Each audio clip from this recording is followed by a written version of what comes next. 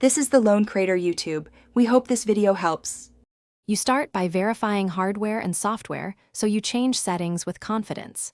First, make sure your monitor is in the correct HDR or SDR mode and set its brightness to a neutral baseline. This prevents hardware overrides.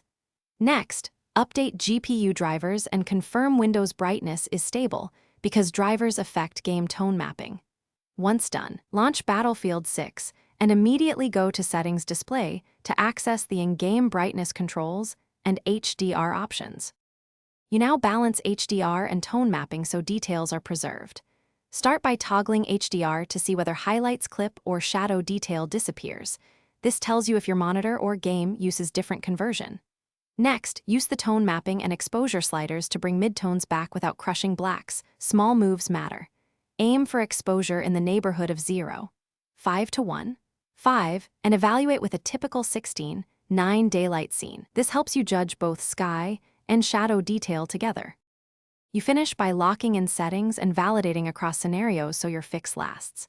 Save or note the brightness, gamma, and HDR values you used, then test in multiple maps and at different times of day to ensure consistency. If color grading still looks off, reset to defaults and reapply the exact steps. This often clears bad presets. One key troubleshooting tip: if HDR appears broken, switch displays or disable HDR in Windows, then re-enable it. That forces a refresh and often resolves tone. Thanks for watching. Consider subscribing if we helped you.